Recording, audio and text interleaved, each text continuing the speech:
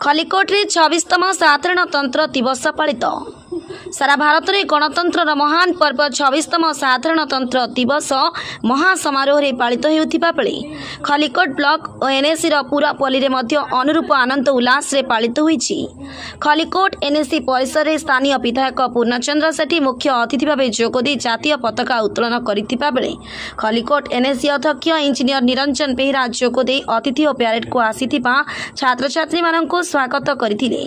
ए उपलक्षे खलिकोट गोष्ठी स्वास्थ्य केन्द्र अंतेवासी रोगी माननकु एनएसी अध्यक्ष श्री बेहरा और विधायक श्री सेठी फल बंटन करने सह ओडिशा एकत्रीकरणर कर्णधार स्वर्गत राजा रामचंद्र मर्दराज प्रतिमूर्ति पुष्पमाल्य अर्पण करथिले। अन्यमानंक मध्य खलिकोट तहसीलदार डी मलेश्वर पात्र और बीडीओ देवाशीष सामल और गोष्ठी स्वास्थ्य केन्द्र अध्यक्ष डाक्टर प्रदीप कुमार गंतायत समस्त काउंसिलर प्रमुख उपस्थित रही। Khallikote Madhav Behera report IJP news. आज एक पवित्र दिन जो दिन की 76 वर्ष पूर्वे आम भारतर संविधान को कार्यकारी करा जायतिला।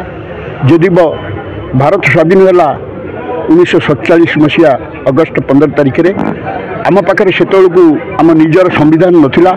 अतएव आमे ब्रिटिश सरकार जो संविधान रखी सेटा काम छड़ा हिसाब से थिला।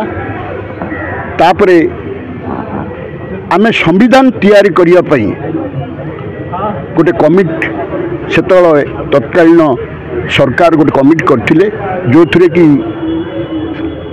से constituency assembly constituent assembly head थिले आमर बाबा साहेब डॉक्टर अंबेडकर एवं तांकर प्रचेष्टार तथा तांकर सहयोगी मानकर प्रचेष्टार गोटे सुंदर संविधान तैयारी हो पारा जोटा कि 397 धारा को लेकर से संविधान थिला। से पृथ्वी सब बड़ संविधान एवं आमर 397 धारा पृथ्वी कोठी नाही एवं बृहत गणतांत्रिक राष्ट्र भाव में आमे परिगणित हेले।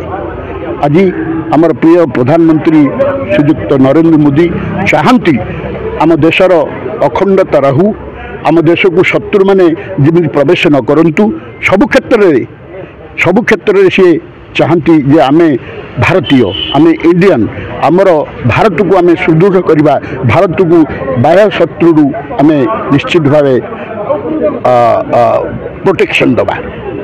ओडिशा कथा जानते ओडिशा सरकार रे आमर श्रीयुक्त मोहन माझी अच्छी भारी भद्र मुख्यमंत्री, गरीब घर पिला शिक्षकता आरंभ आउ सी भी चाहती आम ओडिशा केमती आगू को जाऊ। आपण मैंने जानते उत्कर्ष ओडिशा